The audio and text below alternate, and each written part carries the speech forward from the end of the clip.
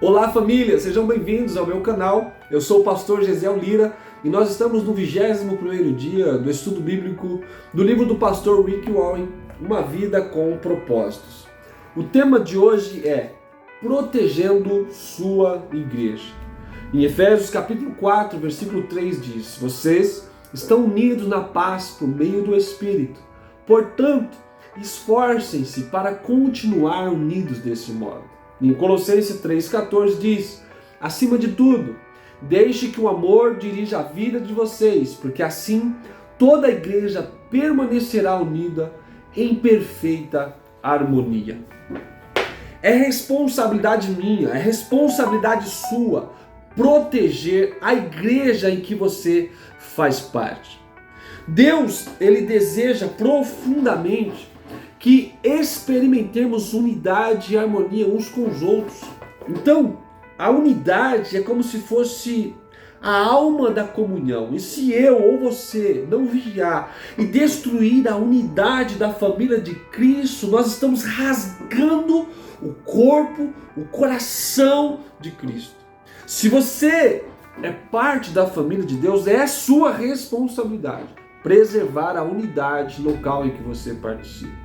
Então, como fazer isso? Vamos aprender aqui alguns pontos. Primeiro, concentre-se no que nós temos em comum, não em nossas diferenças. Olha o que o apóstolo Paulo nos diz. Portanto, concentremos-nos nas coisas que contribuem para a harmonia e no crescimento de nossa comunhão conjunta. Romanos capítulo 14, versículo 19. Como cristãos, participantes da família de Cristo, nós partilhamos do mesmo Senhor, do mesmo corpo, do mesmo propósito, do mesmo Pai, o mesmo Espírito, a mesma fé. É o que está lá em Romanos capítulo 10, versículo 12. Então, a mesma salvação é para todos. É para mim, é para você, a mesma vida, o mesmo futuro que está preparado para você está para mim. Então, por que ao invés de você observar a similaridade, você olha as diferenças? Aliás, quem disse que a diferença é ruim na família espiritual? Você precisa entender que foi Deus quem nos deu personalidades diferentes, temperamentos diferentes. A minha preferência, o meu time pode ser diferente do seu. E a gente precisa então administrar isso. Em vez de criticar, eu preciso admirar, porque foi Deus quem fez assim. Então, quando existe esses tipos de conflito dentro da igreja, é sinal que nós estamos fugindo do propósito. E que você precisa fazer o que eu preciso fazer. Onde eu estou errando, né? O que eu estou fazendo para melhorar. Você não é obrigado a seguir um direcionamento equivocado. Observe isso, muitos líderes estão sinceramente enganados. Exatamente, muitos líderes estão sinceramente enganados. A atitude é boa, a intenção do coração é boa, mas ele não leva em consideração o contexto atual, a cultura atual, a criação de cada pessoa, a personalidade de cada um. E ele pensa que aquilo que ele aprendeu, da maneira como ele vai liderar, é a maneira mais correta. Então entenda, você líder também que me assiste, que o que você aprendeu precisa ser avaliado sobre o aspecto do tempo, do modo, a cultura de cada família, a cultura da sua igreja, a cultura local onde a igreja está estabelecida. Quer um conselho? Você que é liderado, ajude seu líder a observar as tendências atuais, para que vocês juntos construam um futuro baseado nos princípios da palavra de Deus, ok? Segundo, seja realista em suas expectativas. Quando nós descobrimos o que Deus deseja para nós, percebemos muitas vezes que nós estamos muito longe do ideal, daquilo que deseja. Isso mesmo. Se você não entender o seu propósito, é fácil ficar desanimado com a diferença entre o ideal e a realidade de sua igreja. A tendência é criticar a realidade, mas criticar a realidade é um sinal de imaturidade. Ao mesmo tempo que você não pode se conformar com o real. Então, Se você se conformar e não lutar pelo ideal, isso é passividade. Maturidade, então, seria conviver com essa questão, com essa tensão, com essas dificuldades. Entendeu? Muitos vão te entristecer, não concordar com você, mas lembre-se, é a sua família. Você não pode abandoná-lo de jeito nenhum. Olha o que diz a palavra de Deus em Efésios 4:2. Sejam completamente humildes e dóceis e sejam pacientes, suportando uns aos outros com amor. Quantas vezes você falou do amor de Deus para alguém? Quantas vezes você convidou alguém para a igreja? Quantas vezes você falou de Jesus para um amigo, para um parente? Quantas vezes você evangelizou este ano? Quantas pessoas você ajudou? Quantas você aconselhou? Quantas você demonstrou o amor de Deus? Em contrapartida, quantas pessoas saíram da igreja por causa de você? Quantas confusões foram criadas na família de Cristo por causa de você? Quantas vezes você, líder, pastor que me assiste, você não deu a oportunidade para alguém por inveja, porque ele prega melhor ou canta melhor? Pois é, reflita um pouco sobre isso, porque às vezes isso parte da liderança. Entenda, Jesus é amor. E o amor dele não é só para você, não é só para mim. João 3,16, ele amou o mundo de tal maneira que entregou o seu próprio Filho, para que todo aquele que nele crê não pereça, mas tenha vida eterna. Pare de ser egoísta. Dê oportunidade para as pessoas. Nós precisamos lembrar que a igreja é feita de pecadores, inclusive nós somos os pecadores que estamos juntos. E a verdade é que precisamos lutar contra essa realidade. Então encare essa realidade, ore por ela e busque o ideal para a sua família espiritual. Não existe igreja perfeita. Aliás, poderia ter um cartaz na igreja assim, né? Proibida a entrada de pessoas perfeitas. Se você quiser uma igreja perfeita para satisfazê-lo, essa mesma perfeição irá excluir você dentre os membros.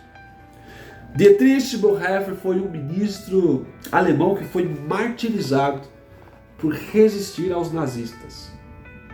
Ele escreveu o clássico livro sobre comunhão, Life Together, a vida em conjunto. Nele, ele dá a entender que a desilusão com a igreja local é algo bom. Olha isso. Porque destrói nossas falsas expectativas de perfeição. Então não se assuste. Quanto mais rápido nós renunciarmos à ilusão de que uma igreja deve ser perfeita para que a amemos, mais rápido deixaremos de fingir e admitiremos que somos todos imperfeitos e precisamos do amor e da graça de Cristo.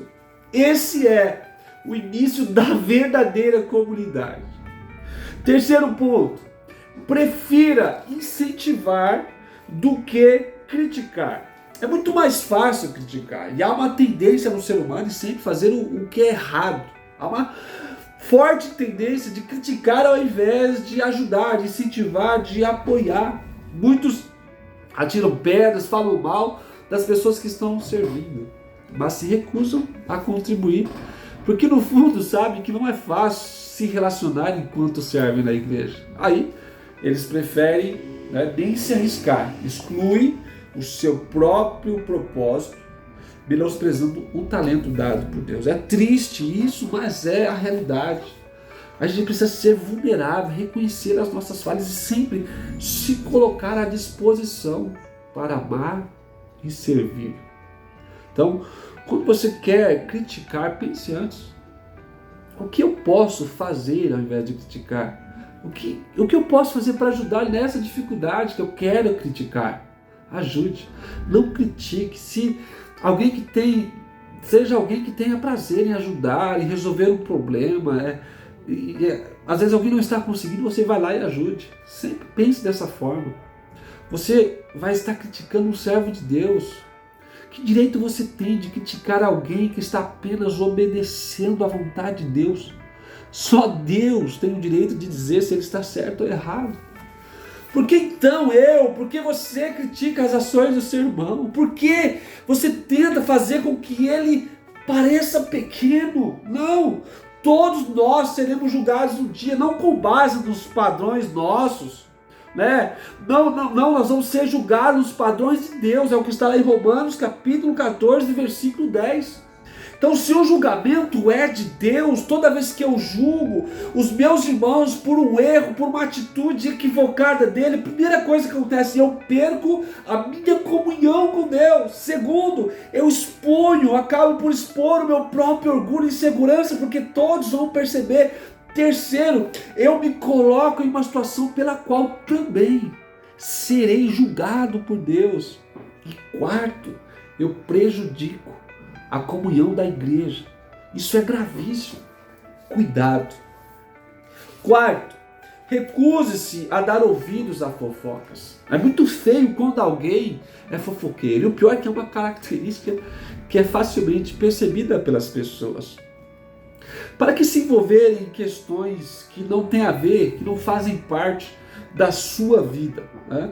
Quando alguém fala mal para você, nem ouça, né? Fofocar é alguém que transmite, né, informações, fala de um outro, sem fazer parte, né, da resolução do problema.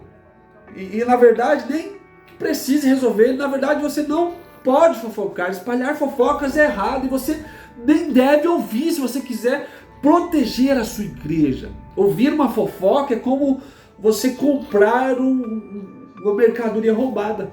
Você também é igualmente culpado pelo crime. Então, quando alguém começar a fofocar, falar mal de alguém no seu ouvido, vir falar alguma coisa, tenha a coragem de dizer, por favor, pare. Não preciso saber disso. Você já falou com outra pessoa? Fale para ela, não dê ouvido a esse tipo de conversa. Primeira coisa que você precisa saber é, se alguém falar mal de outra pessoa para você, ela também vai falar mal de você. O fofoqueiro é assim. Mas infelizmente isso acontece muito no meio da igreja. E é muito triste saber que no rebanho de Deus as maiores feridas causadas são por conta das ovelhas e não pelos lobos. É isso mesmo, é triste. O fofoqueiro vive espalhando segredos. Portanto, olha o que diz aqui, evite a companhia de quem fala demais. A forma mais rápida de pôr a fim a um conflito, seja numa igreja, numa família, um grupo, é enfrentar os que estão fofocando e insistir para que parem. Olha o que Salomão diz em Provérbios capítulo 26, versículo 20. Uma fogueira se apaga quando acaba a lenha. Da mesma maneira, as brigas acabam quando o brigão, implicante, é separado do grupo. Pratique os métodos de Deus para a solução dos conflitos. Fuja da fofoca. Em Mateus capítulo 18, versículo 15 e 17, Jesus nos ensina como resolver os conflitos dentro da igreja em 3 etapas. Primeiro, se o seu irmão pecar contra você, vá a sós com ele, mostre-lhe o erro. Se ele o ouvir, você ganhou o seu irmão. Então, chame a pessoa no canto, não exponha o erro de ninguém. Segundo, mas se ele não ouvir, leve consigo mais 2, 2 ou 3 testemunhas, para que seja confirmado pelo depoimento dessas pessoas. Então, se a pessoa, a partir daí, se nega a reconhecer, mesmo estando errada, e continua persistindo no erro, causando divisão, problemas na igreja, vai lá, leve 2, 3 testemunhas. Quem sabe isso não fará com que ela reconheça e peça perdão, admitindo o seu erro. Terceiro, se ele se recusar a ouvi-los, conte à igreja. Por que contar à igreja? Se o orgulho impede uma pessoa de solucionar um problema, a igreja precisa saber, para que esse lobo, essa pessoa não fique escondido, fazendo estragos no rebanho de Cristo. Então, você precisa apoiar o seu pastor e os seus líderes. Não é fácil ser um líder de uma igreja. Você precisa aprender que não existe um líder perfeito, mas Deus dá aos líderes a responsabilidade para manter a unidade dentro da igreja. O problema é que na hora do conflito é difícil. Ele não pode julgar favorecendo um ou outro, mesmo que seja próximo. E o problema é que a pessoa que está errada, na maioria das vezes, vai dizer: ah, o pastor errou, ele julgou errado. Mas você precisa apoiar o seu líder. Hebreus 13:17 diz: sejam sensíveis a seus líderes pastorais. Ouçam seus conselhos. Eles estão atentos à condição da vida de vocês e trabalham sob a restrita supervisão de Deus.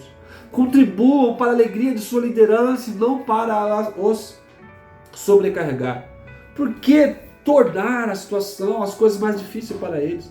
Um dia cada pastor dará conta diante de Deus de cada ovelha que ele cuidou. Então, se você decidiu ser pastoreado pelo seu pastor, respeite o que ele disser. Cada líder protege a igreja. E a gente faz isso quando honramos aqueles que nos lideram, aqueles que nos pastoreiam. Eles precisam de nós, precisam das nossas orações. Em 1 Tessalonicenses 5:2-3 diz: agora lhe pedimos, irmãos, que tenham consideração para os que se esforçam no trabalho entre vocês, que os lideram no Senhor e os aconselham. Tenham-nos na mais alta estima, com amor por causa do trabalho deles. Eu quero, neste momento, orar por você. Eu desejo que Deus ajude você a ser uma bênção na sua igreja, protegendo a sua igreja, orando pelo seu líder, ajudando para que o reino de Deus seja estabelecido. Amém? Pai, neste momento eu oro pela vida de cada um dos meus irmãos que participaram assistindo este vídeo, este estudo bíblico sobre como proteger a igreja. Dê a cada um deles discernimento, sabedoria para compreender o seu papel de cristão dentro da família espiritual. Em nome de Jesus,